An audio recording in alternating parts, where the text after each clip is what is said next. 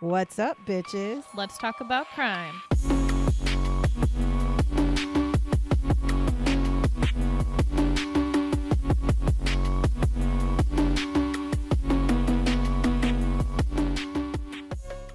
What's up, bitches? Hello. We be here. We're going to be talking about some stuff today. But before we get into what we're going to be talking about today, I just want to say thank you. I was looking at our downloads and stuff, and we had like a major spike in downloads over the weekend. So thanks to whoever you are that is out there downloading our stuff. We appreciate it. And I've said this a million times. Thank you for making me not be so weird. Because I would be doing this research on people just for fun. And it just is really awkward to just do it for fun. But I actually have a purpose. If the podcasts ever go away, I'm still going to be curious and I'm still going to be looking, but I'll just look like a really big fucking weirdo because that's what I've been doing. When people are like, what do you fill your day with? I'd be like, oh, I just research serial killers and true crime. Also, to just make it even better, because there's no camera, she has a Bambi shirt on, in case anybody wants to know. Like Bambi is in Disney. So to just make it even better. And we're in a Disney room. We are. But yes, I'm wearing a Bambi done. shirt, and mind your business. I'm wearing the Bambi shirt because I knew I wasn't going to have to go anywhere other than the gym, and I don't wear this to the gym. So thanks for outing me. You're welcome. On true crime note, though, I don't know if you saw this, Mom, but they took it down finally. But a shit ton of the Idaho 4 murder pictures got released. I did not see any of them, but they took it down. And then I guess the photos were leaked, I guess, is what I've been hearing, is that the Koberger photos were leaked and they were never supposed to be out. But what I don't understand is why do they have to still be under sealed? I don't understand why, after everything's said and done, right? He has life in prison. He's not allowed to appeal his sentence. So why can't people now, why is that whole case was under so much scrutiny and it was so gag ordered and quiet? You would think that now that it's done, they would be more than willing to share the information to come up with, I don't know why they offered him a fucking plea deal. Right. Or why they accepted a plea deal. Because I guess he offered the plea deal. They didn't offer him a plea deal. The defense came to the prosecutors and said, we would like to do a plea deal. He will plead guilty, but no death penalty. And I do know that by watching some things, some of the family members were very upset by that. So I would like to know, why is it, other than you can say, oh, well, no, then we don't have to put the family through the stress of reliving their children's death. Like, I understand that, but there's got to be more to it. My personal feelings and my instinct tells me that there's a chance that the prosecuting attorneys thought that they would not win the case. So that's the reason why you would have a plea deal, because this was such a high profile case. Everybody expected him to have the death penalty because he calculated this murder, right? There was premeditated first degree murder of 4 individuals, and you chose to let him live his life in prison. I'm fine with either one, but for the family members who really wanted him to have the death penalty, the fact that you took that option away from them is weird. So the fact that they're not wanting this information still out there tells me that there might have been more of a, we're not sure if he did this alone, or we're not sure if he's the only one that did it. And so it's just one of those, I understand the trauma part. I understand it. But seeking the death penalty when most of the family members wanted the death penalty, and then turning around and saying, nope, like the day before the trial starts, we're going to do a plea deal and he gets life in prison. That's such a step backwards from what you were trying to do, that there has to be more than just, oh, he wanted to just say he was guilty. Right. So I don't know. It's a whole thing. I'm sure that his defense attorneys were probably like, listen, there's a chance we're going to lose this. And if we lose this case, it's going to be death penalty. And they pushed it out until he finally was like, fine, I'll just say that I did it. Do I think that he's innocent? No, I've never thought that he was innocent. I've had questions about how that night went. I've had questions about if he did it alone. I've had questions about those things, but I don't think that he's innocent in it at all. I just think that they botched the case, and I think they were trying to save their ass. So the fact that they won't make the records public is weird. That's not the norm. Normally, the records become public pretty quickly. Anyways, so we are actually not here to just chit chat about Brian Kohberger. I'm sure we could. It'd probably be like 8 episodes. We could, but we are here to talk about something else. So this is one that Sierra sent. I literally saw like the first, because it was on I think like TikTok or Facebook or something, and I saw like bullet points basically of the story. Didn't even read all of it and just sent it to her. So I know like barely anything. So this is one, yes. Sierra sent this to me and I was like, yeah, let me look into it. And I've been doing that a lot where I just find like ones that's like, this crime happened. I just send it. I don't even know what it is. I just send it to you so then you have sometimes something if you want it. I choose not to do them because there's not enough information. Like I'll go to search and it's like the only information is specifically the crime and what happened. And it's like, no, that's not enough for a podcast episode. And honestly, I don't like doing it if I can't give you at least a little something else to go with it, because the crime itself is terrible no matter what we're doing. But you want to know, I want to know most of the time what I can about somebody's background, not because it excuses the behavior, but because then I can wrap my brain around sometimes maybe why somebody would do this. This is one of those cases. I can wrap my brain around why. I can't justify it, but I can wrap my brain around what possibly happened to this person to trigger them to do what they did. This is a case that I'm very curious about Sierra's reaction, because I will tell you at the end of it how I personally feel about it. And I'm sure Sierra will too.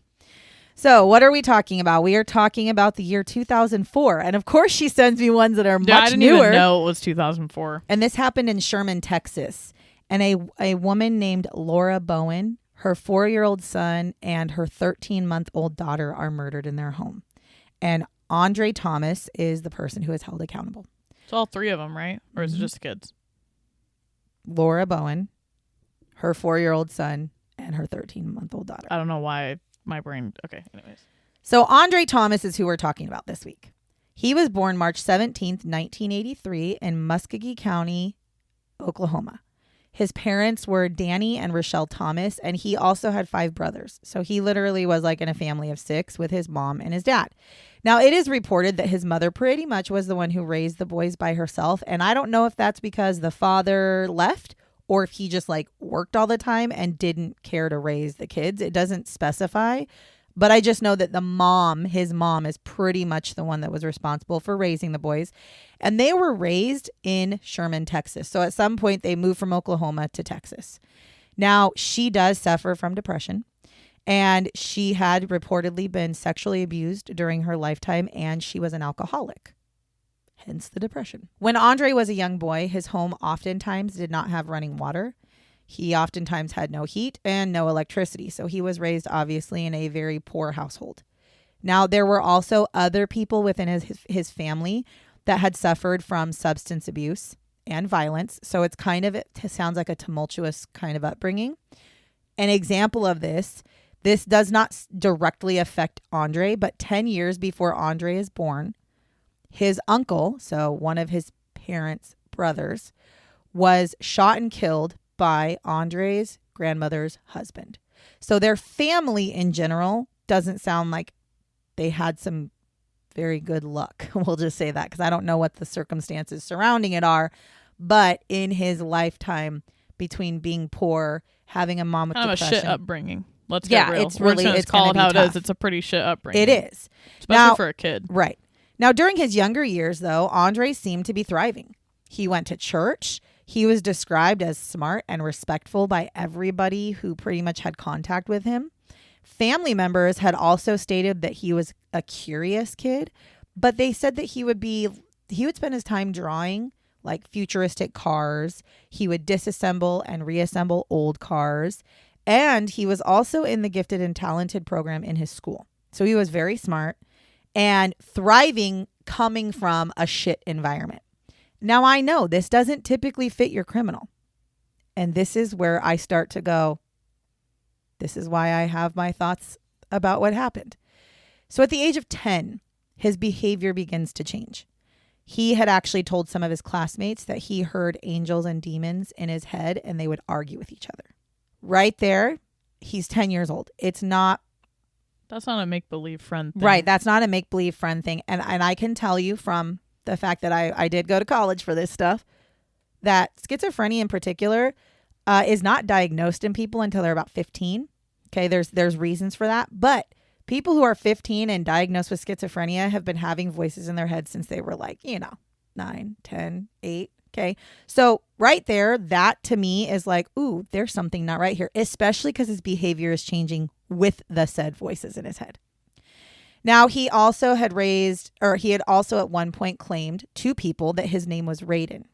And he would tell them, I'm Raiden. And Raiden at the time was a character from Mortal Kombat video game that was out.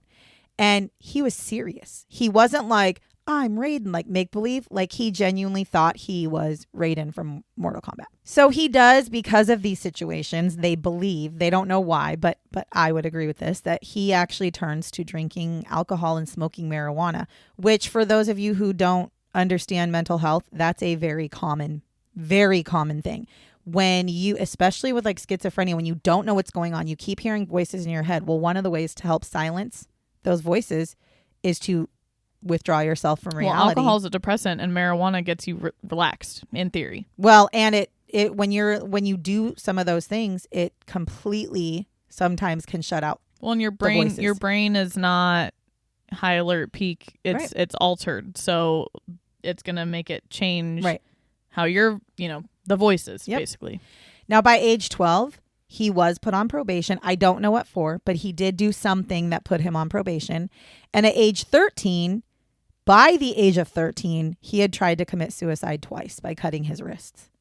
Okay, again, hear what I'm saying. This is not normal, average behavior of a child who is 13. Yeah, but what are you going to do when you have a shit upbringing? It's not like they had money to go get him help. No, I understand that. Or at least but I would think they didn't. Keep this in mind as you hear this story.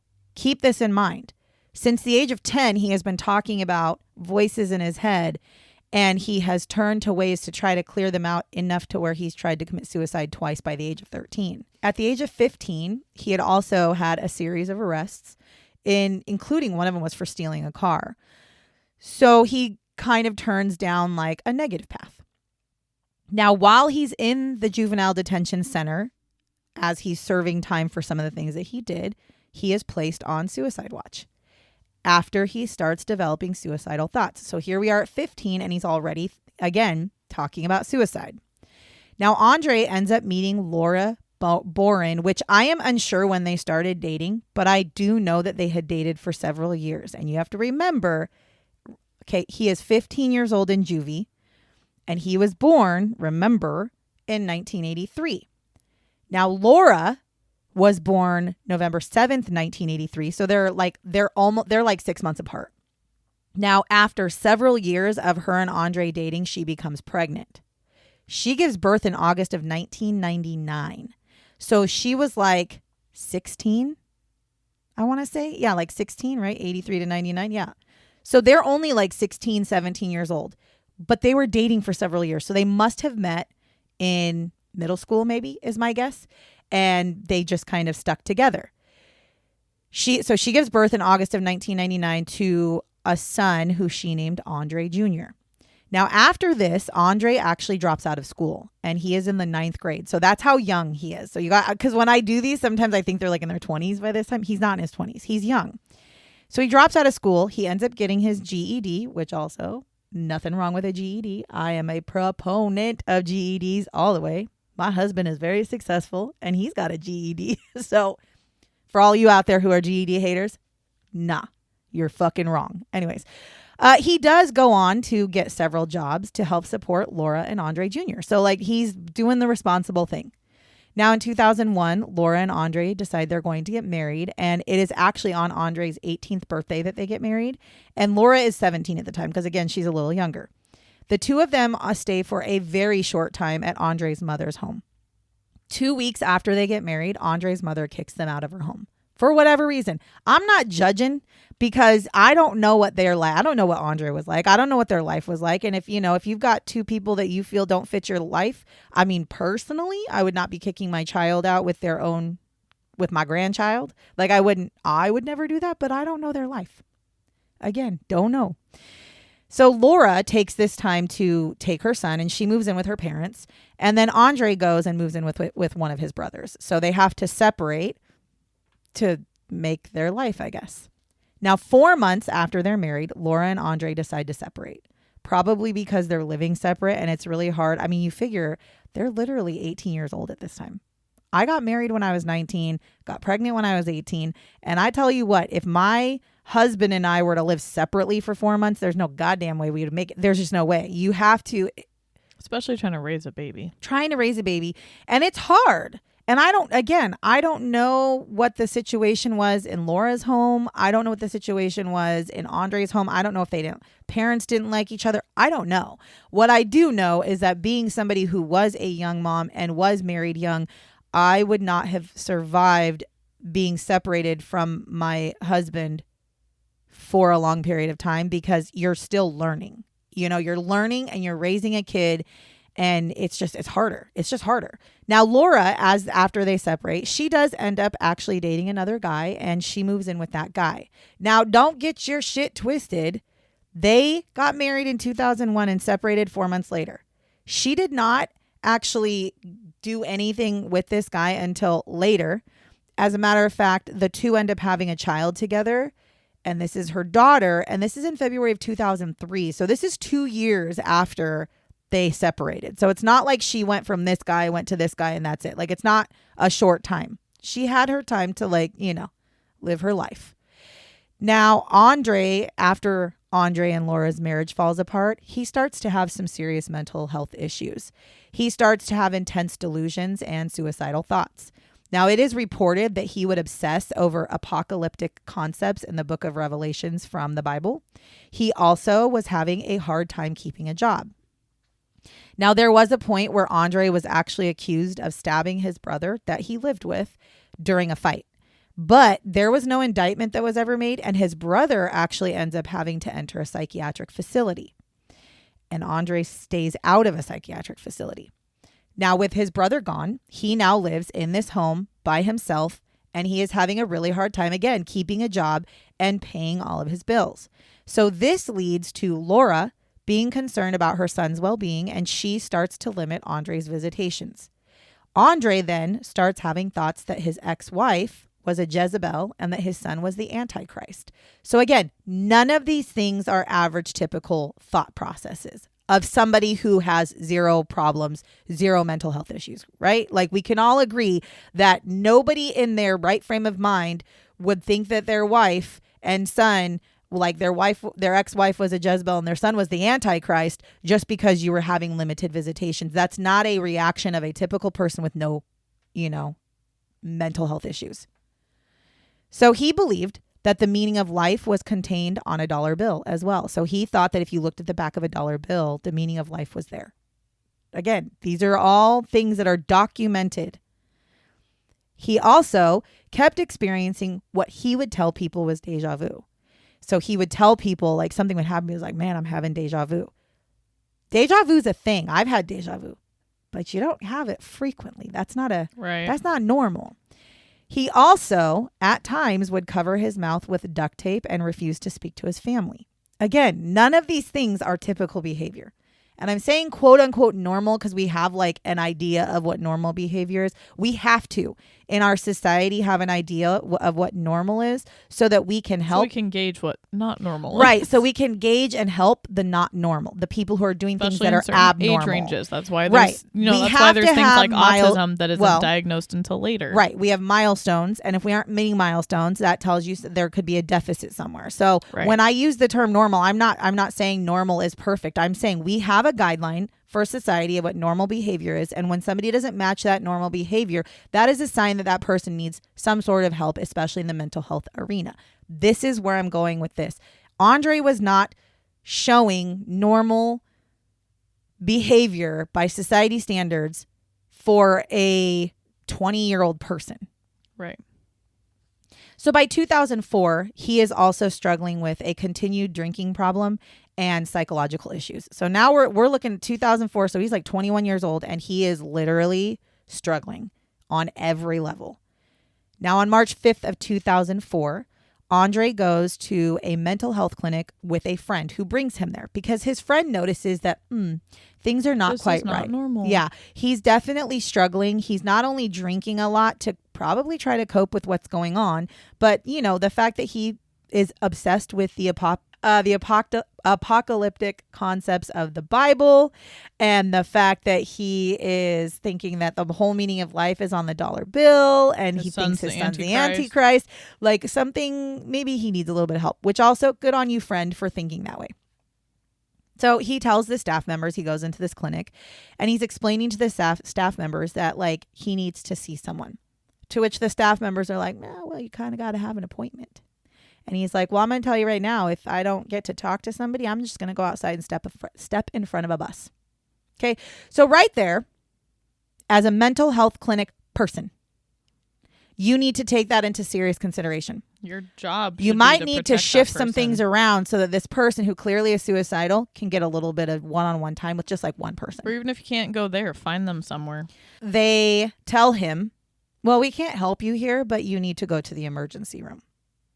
So the emergency room is not the place. This is a big pet peeve of mine.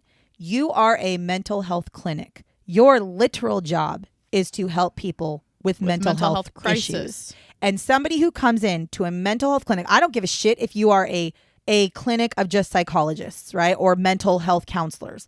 If somebody comes into you asking for help, you do not look at them and go to the emergency room. You fucking take the time to help them. They reached out to you. They asked you for help. That is your job. I understand that it's not your norm.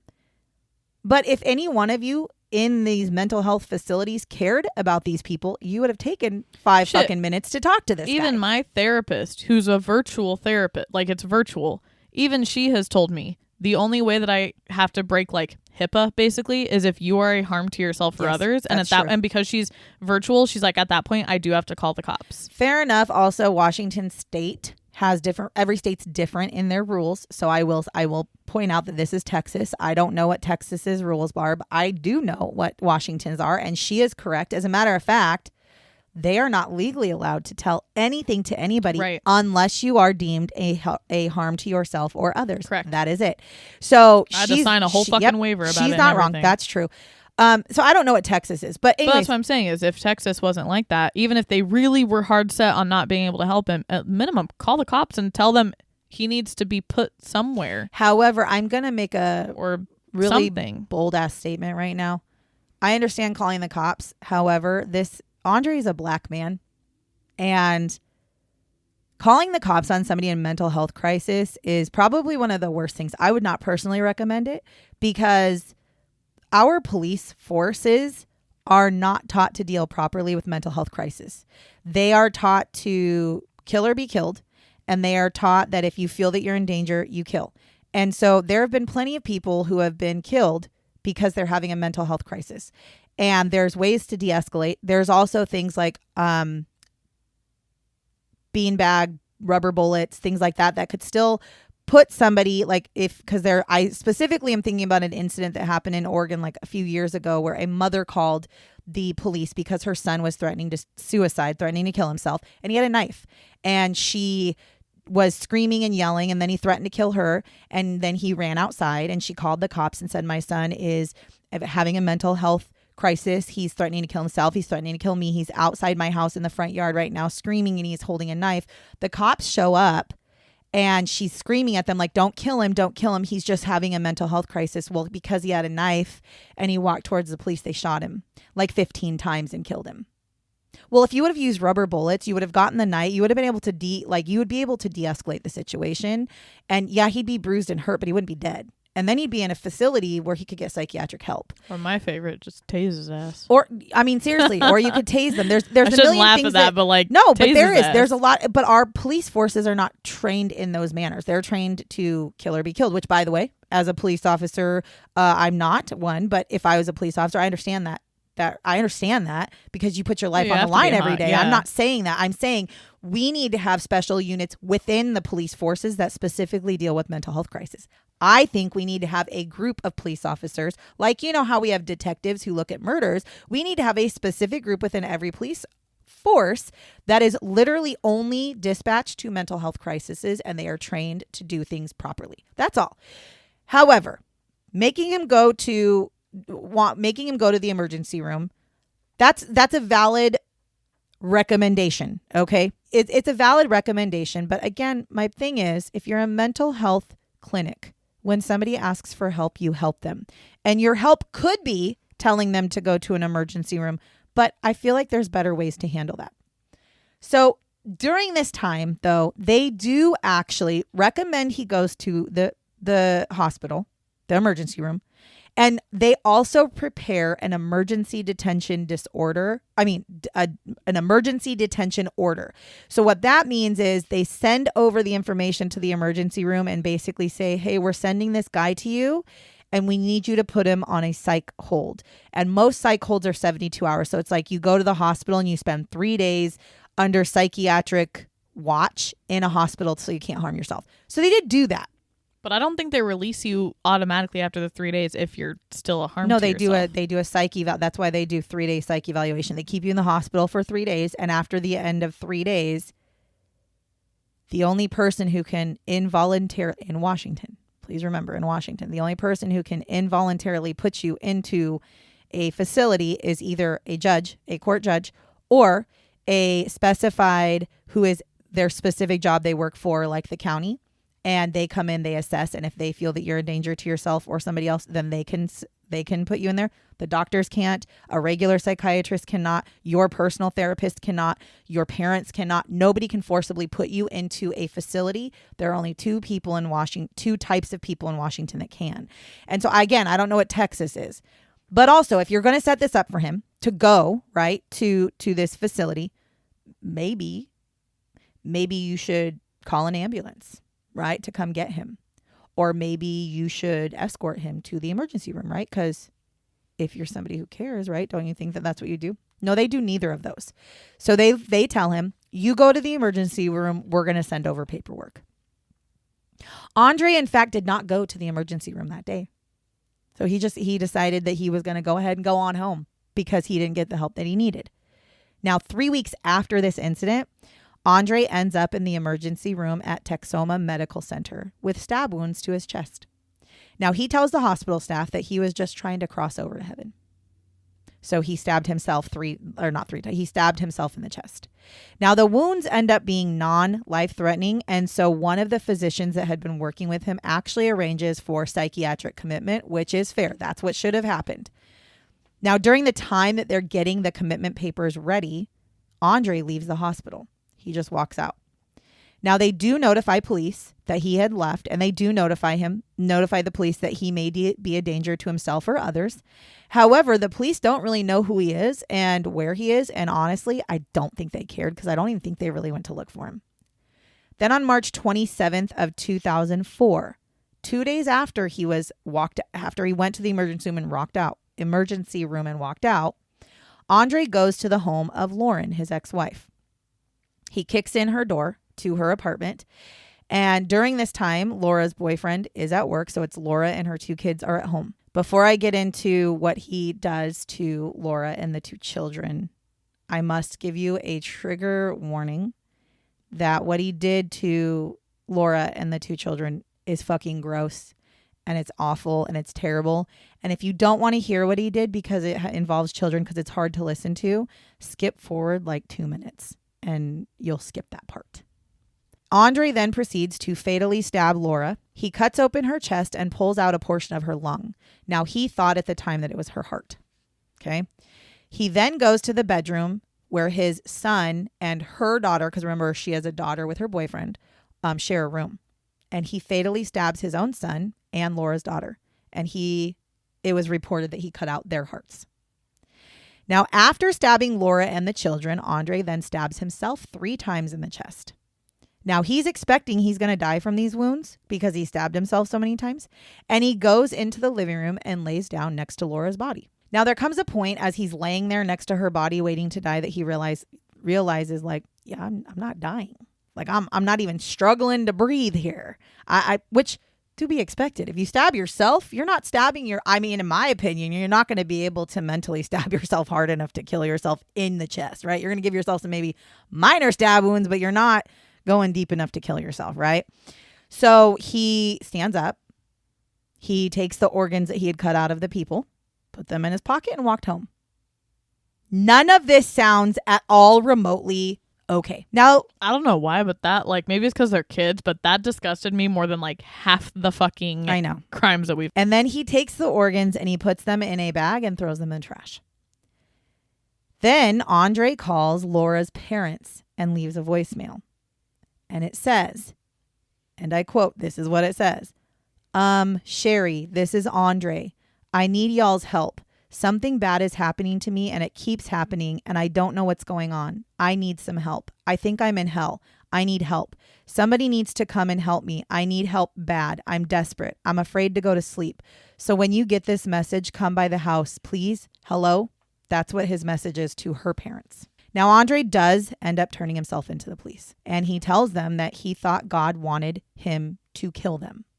He also tells them that he killed each victim with different knives because he thought there were demons inside of each one of them.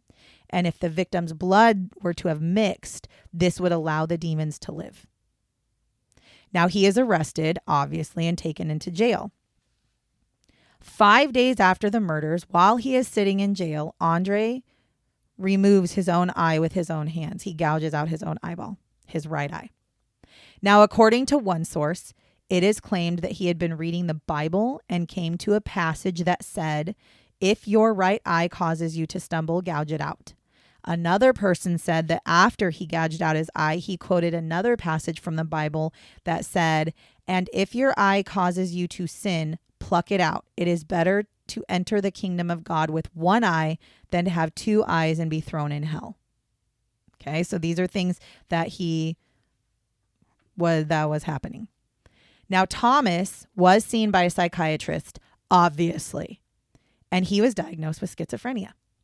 He was declared incompetent to stand trial, and he was then sent to a North Texas state hospital. I agree with that. Anybody who rips out their own eyeball, anybody who cuts out organs of people and claims they were demons, anybody who does any of the things that he's done over the past however long, needs to be in a state hospital, in a psychiatric facility, even if it is a maximum security psychiatric facility. He needs to be there. 47 days into his hospital stay, into his stay at the mental hospital, a different psychiatrist who had been talking to him writes the courts and says that Andre was suffering from a drug-induced psychosis, claiming that he was competent and that he may have been exaggerating his mental health. What the fuck? Gouging out your eye? You're saying he did that shit just because he fucking wanted to make himself look like he was more mentally ill than he was? You really think that somebody who is trying to rip out his own eyeball is just trying to pull one over on the court system? Bro, I fucking poke my eye or air goes in my eye and I'm like, ow. For real, anybody who's ripping out their own eyeball is definitely not in a place of being any sort of mentally sane. I don't give a shit who you are. You cannot tell me that somebody who is just trying to pull one over on the courts was like, well, if I rip my eyes out, they're really going to think so. No. So that frustrates me. So they are like, okay, bet. So then they charge him with murder on February 15th, 2005. Weirdly enough, he's actually only tried for the death of Laura's daughter. He wasn't tried for the death of Laura or for his son. I'm assuming they must have had the best evidence or something against. I don't know why just Laura's daughter. I have no idea. Now, during his trial, his behavior was considered questionable. It was said that many times he almost seemed catatonic. So he was just like, meh. And he also would sit and eat Skittles while he listened to some of the most graphic testimony, like it didn't faze him. Again, none of these things are fucking normal. Now, Andre's defense wanted an insanity plea. And they were like, listen, this guy has issues. He has a history of mental illness. And he was insane at the time. He knew that what he did potentially was wrong because he turned himself into the police. But the night that this happened, he called and asked her parents for help, not saying that he just murdered their daughter. And, just things don't add up. Now, the prosecution, on the other hand, says that his mental illness was created or worsened by drug use. And by Texas law, it invalidates an insanity plea. So apparently in Texas, if you are somebody who suffers from mental illness and you take drugs or alcohol willingly and it creates a more psychotic episode, you are no longer held accountable for the insanity plea, which is so fucking ass backwards. It blows my mind. Because people with mental health issues have a tendency to self-medicate with the thought that a lot of people, and people don't understand this part, if you're somebody, especially when it comes to schizophrenia, you don't realize you're schizophrenic. Like you don't think like, oh, I have a mental health issue. What you're thinking is, what the fuck? I feel like I'm going crazy. I've got voices in my head. And you're trying to do something to stop it. So to tell somebody that doing drugs makes you not able to have the insanity plea is insane in itself. Andre then is convicted of capital murder and he's given the death penalty. Now, I wasn't going to bring this up, but I do think it's important. During his trial, he had 12 jurors like everybody else does. Andre is black. Laura is white. And one of the things that was asked to the jurors in a questionnaire was, do you have an issue with interracial marriages? 3 of the jurors said yes, they did. They did not think that it was appropriate. 4 total. 1 juror said that he felt God looks down on and does not agree with interracial marriages. Why those 4 jurors were allowed to remain on the jury, I'll never understand. Because I thought you were going to say they got booted. No, they didn't.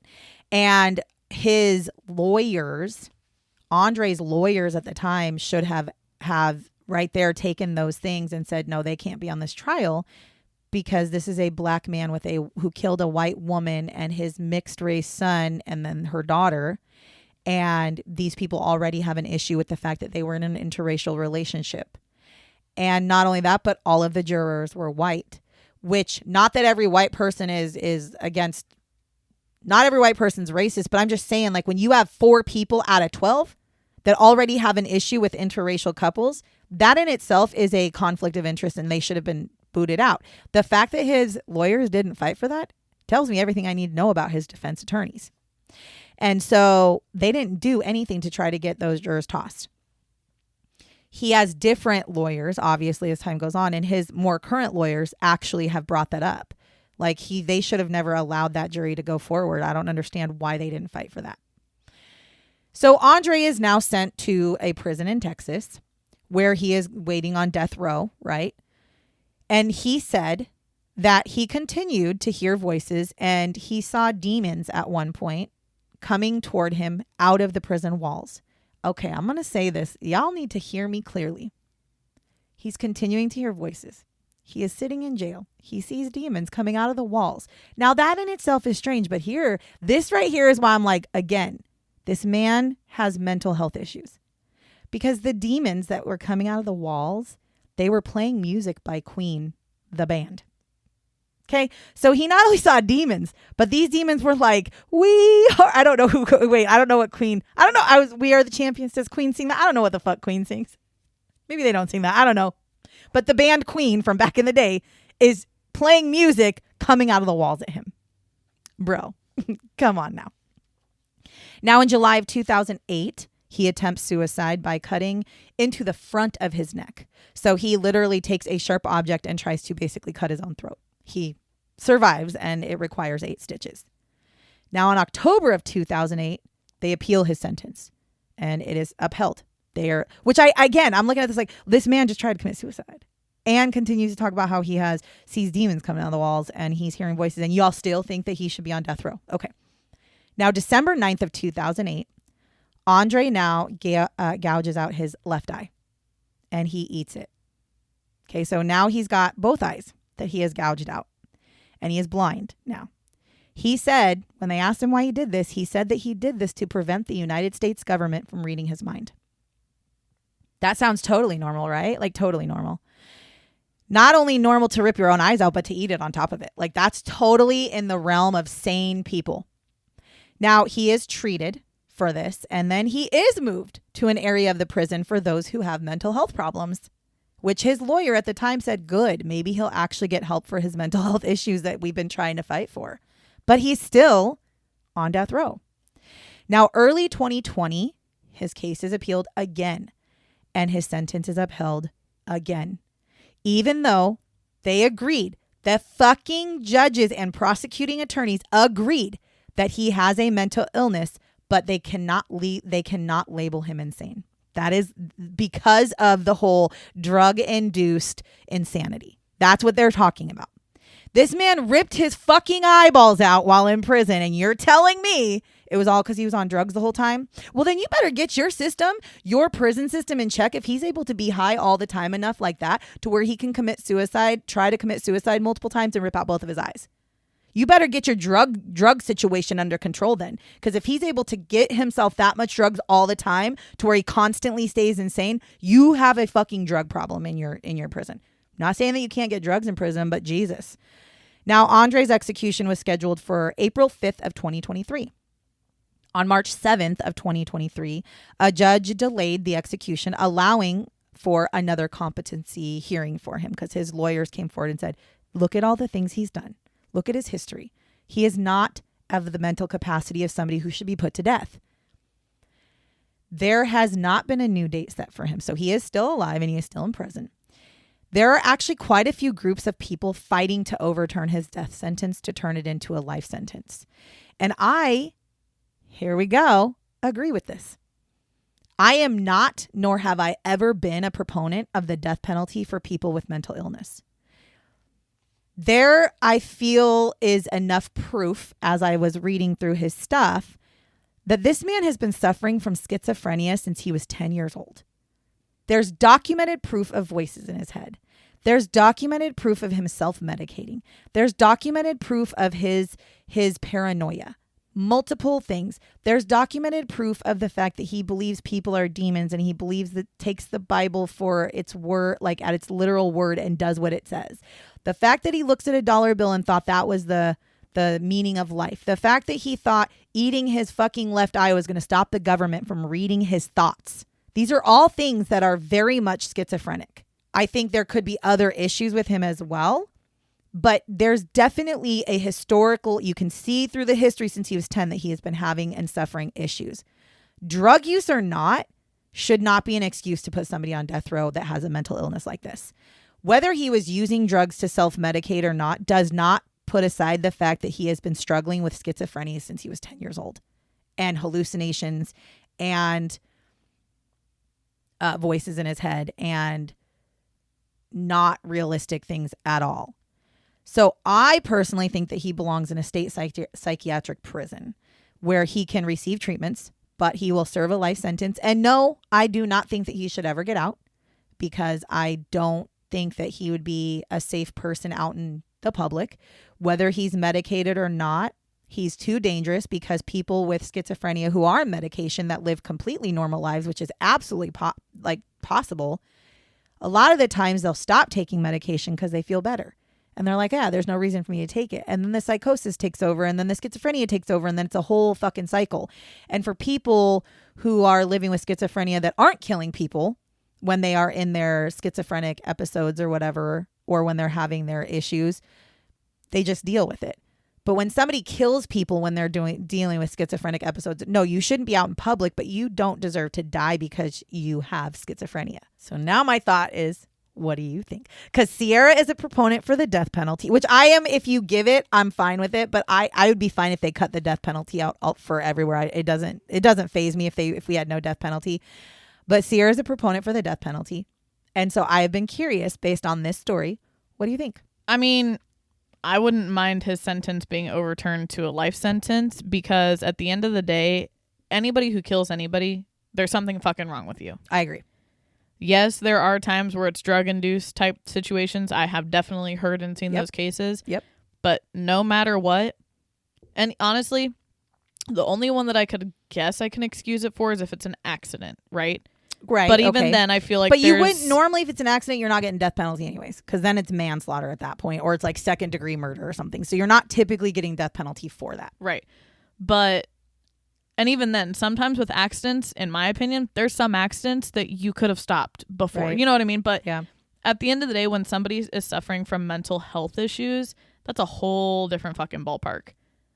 I mean, I had a softball coach who committed suicide. Yep. We are all, now to this day, we are all convinced that he was actually suffering from schizophrenia. Yep. And after talking to his family. Yep. And nobody helped him. No. And it's nobody's fault. Nobody, well, to be fair. Nobody knew. He wasn't doing shit like what Andre was doing. Not anything close to that. He was having extreme paranoia. Right. But it's one of those things where, again, you don't, because he was a big, heavy drinker. Mm-hmm. So everybody kind of chalked it up to he was probably drinking. So I totally get where, on this token, I do kind of understand where they're arguing the fact of he was drinking alcohol and things like that.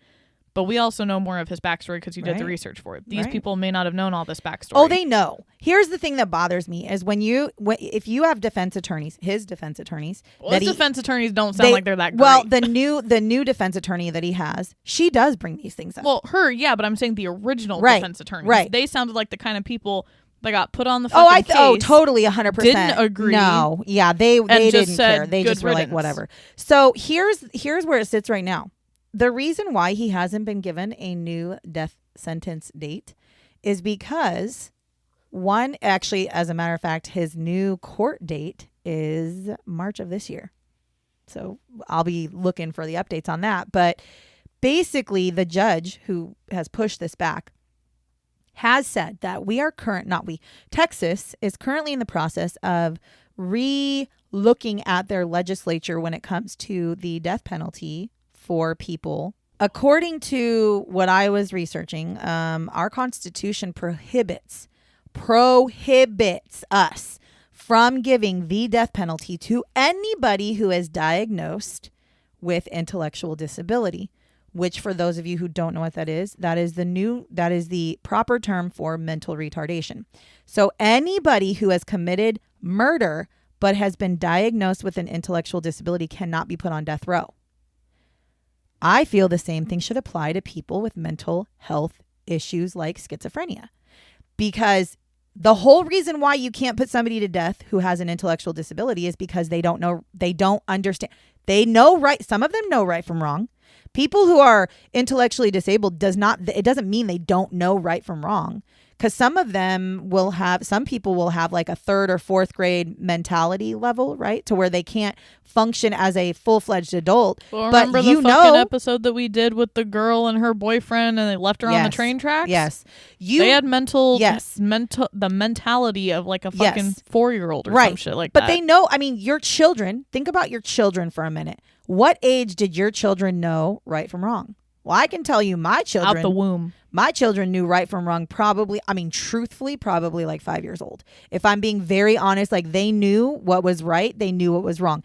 And so even if the intellectual disability is like third grade. I'm 25. I still sit here and go, is this right or is this wrong? And most people, that killing somebody's wrong. Right. So if you are unless they're trying to kill you, it is not because of the fact that they're like, oh, well, they don't know right from wrong. It's because their decision making abilities are not at the level of an adult, which is why in the United States, you are not allowed to give the death penalty to anybody under the age of 18 either.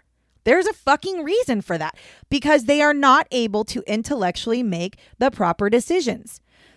Why does that not apply to people who have mental health illnesses that are very much causing psychosis, especially hallucinations and voices? That should be the same thing. These people didn't just do it to themselves.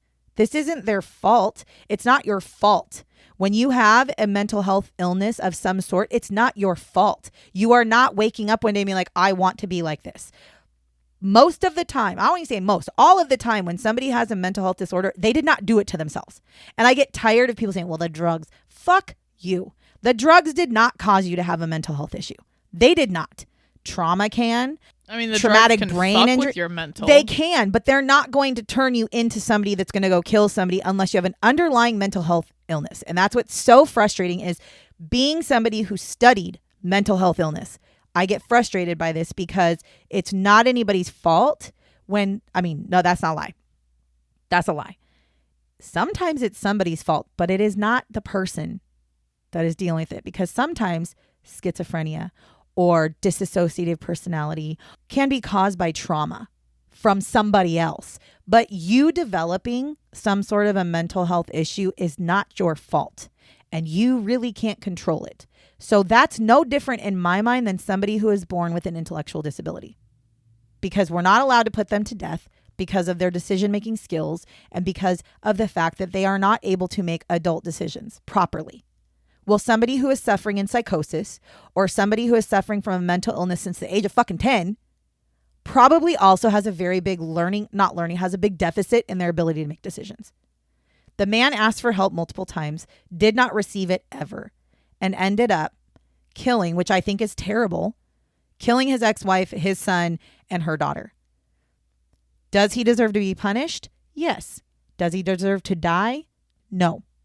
And that's my personal opinion, and it's frustrating. However, I'm happy that they have now thought about this and are realizing that certain mental health issues are out of the person's control, and those people probably also don't deserve to die. This is not the first time that I've had this conversation. On Fatal Blend, we had a guy that was a serial killer who was put to death was sentenced to death as well. And I almost cried, not because I felt bad for the guy, but it's disheartening to watch and read the stuff that I read about this guy who also clearly had mental health issues. He actually had dissociative personalities. So that is multiple personalities. And one of the personalities he had actually killed like 4 or 5 women. One of the personalities he's had was him. And one of his personalities was a child. And when he was sentenced to death, his lawyer said, we stood up, they sentenced him to death, and I turned and looked at him and said, do you understand what they just said to you? Because they were going for insanity. And he said nothing. He didn't say yes or no. He just stared at him and he said, do you understand that they have put you to death? And he said, okay. This was his words. He said, okay, but does that mean I can have my Cookie Monster stuffy back? Because he had a Cookie Monster stuffed animal that he would sleep with a lot, because while he was in prison, his regular self was gone, because this is how multiple personalities work, to protect him. And he turned mostly to the childlike personality. And they took his Cookie Monster stuffed animal that he slept with a lot as the child and took it from him for evidence. And all he cared about after he received his sentence, now the case is closed, can I have my stuffed animal back? You tell me that guy deserves to die? When his only fucking whole point through going through the thing was that he knew he could get his animal back after? No, he doesn't deserve to die. But yet there he sits on death row. So I had the same conversation on Fatal Blend. He is one of those people that he had a part of his brain that killed people. He does not deserve to die for that, but he deserves to be in prison for the rest of his life, but in a psychiatric facility where he can be kept alive, but not out in public, because he would be a danger to society. That's my personal opinion on it. I just don't understand putting to death somebody who genuinely can't wrap their brain around what happened. I don't get it. I'll never understand it. And again, it's against the law for us to do it to people with intellectual disabilities. So I don't know why severe mental health disabilities doesn't count as an intellectual disability as well. I don't understand. But I guess they're working on it. That's what I saw, is that they're trying to do a new legislature that would actually make it to where you can't put to death people with severe mental disabilities, mental health disabilities, or just mental health issues. I agree with that wholeheartedly. Doesn't mean they can be saved, but I actually thought you were going to disagree with me. I actually thought you were going to be like, well, he killed, he's a killer. He is a killer. If he wasn't suffering from mental health issues. Of course. I'll be honest, though. I almost wonder if I would have said what I normally would say, which is good riddance, if he wasn't also in the middle of having a mental health crisis, right? So like if he was somebody, he was somebody that, and this is where you guys are probably going to be like, well, that's so ass backwards. This is just how my brain works and how I view it.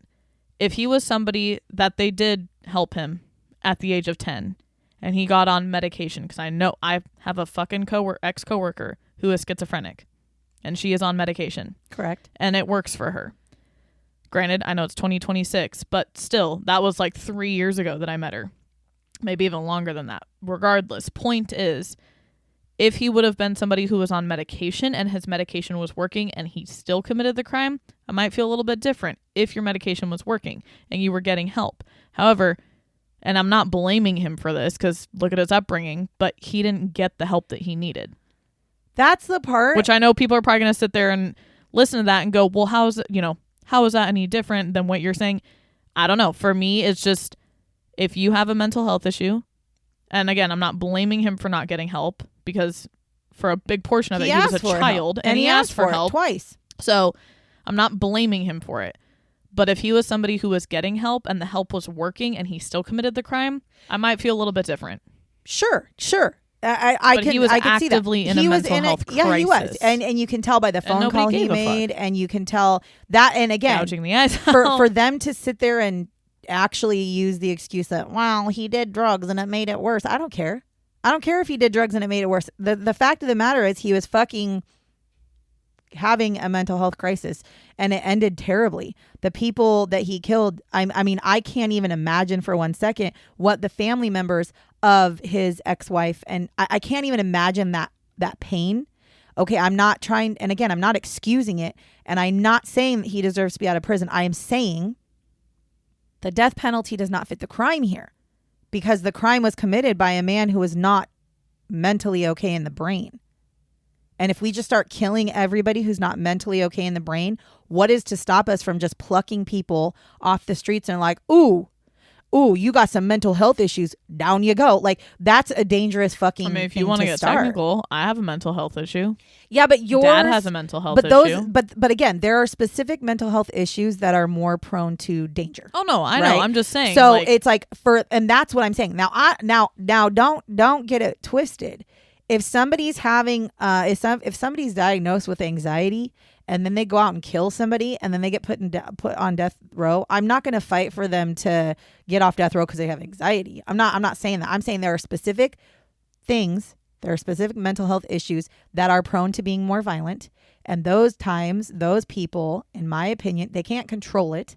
So therefore, I don't think you get the death penalty for it. If you can't control it, I don't understand. I don't understand this whole like, oh, we can't control it. And don't even come at me, because I already fucking know some of you people. I already fucking know some of you gonna be like, yeah, but what about pedophiles? Pedophiles can't control it either. I don't give no fucks about a pedophile. I'm not even gonna lie right now.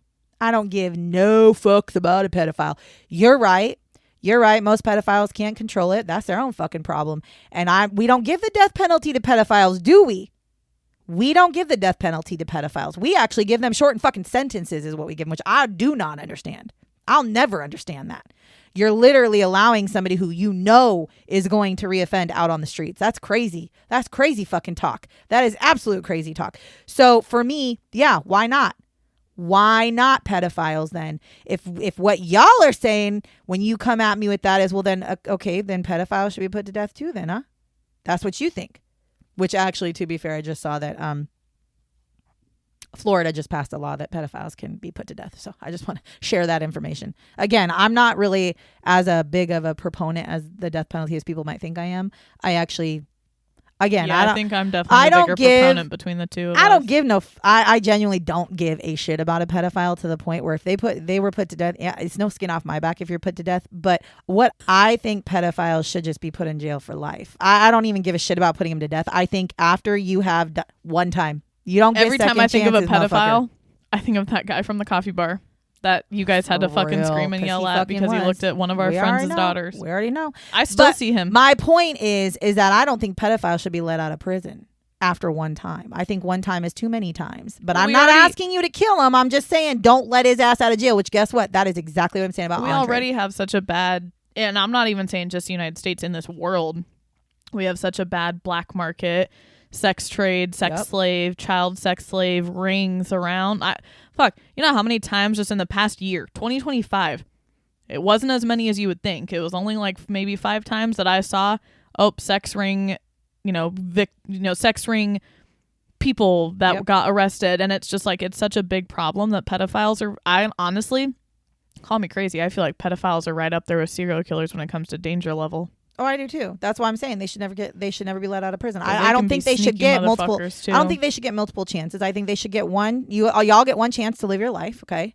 And if you do something bad, like you're a pedophile, you don't get to come. You don't get to come back out. You do not get to get out. You do it once, and you are in jail for the rest of your life. I don't understand why that's not a thing. I don't understand why we are not putting pedophiles away for the rest of their life. And again, I'm not calling for them to be killed. I'm literally calling for them to live the rest of their life in prison. In prison. Don't let them out. Don't give them fucking 10 years. Don't let them out. That's it. See, I'm not even calling for the death of pedophiles, which pedophiles, out of all the things I research, pedophiles are the ones I hate the most. I hate them more than I hate serial killers. I hate them more than I hate murderers. I hate them more than I hate child abuse. Well, I guess it kind of stems in child abuse, but pedophiles are the worst. The worst of the worst humans, in my personal opinion. Anyways. Nope. Animal abusers tops it all. No, I can't. Pedophiles are worse than that. Just are. Anyways, we did not talk about pedophiles today, so I do not know why we got onto that, but here we go. See? Perfect timing. Human traffic. But thank you very much for listening to us talk to you about Andre Thomas. And I don't really have like any quirky thing to say because I think this is a terrible fucking case all around. Like it's fucking shitty for everybody, so I can't even be jokey about it. So I'm not going to. Not going to, but I will have you guys know I had Trisha cut out all my eye jokes, so... Yeah, because it's rude. Don't worry. It's rude. No, but really, thank you for listening to us. And again, the spikes in our downloads are pretty awesome. It makes me feel like you guys actually like us. You like what we say. So, until next week, this is the end of this episode. So, until next week, catch you on the flip side, bitches. Bye, bitches.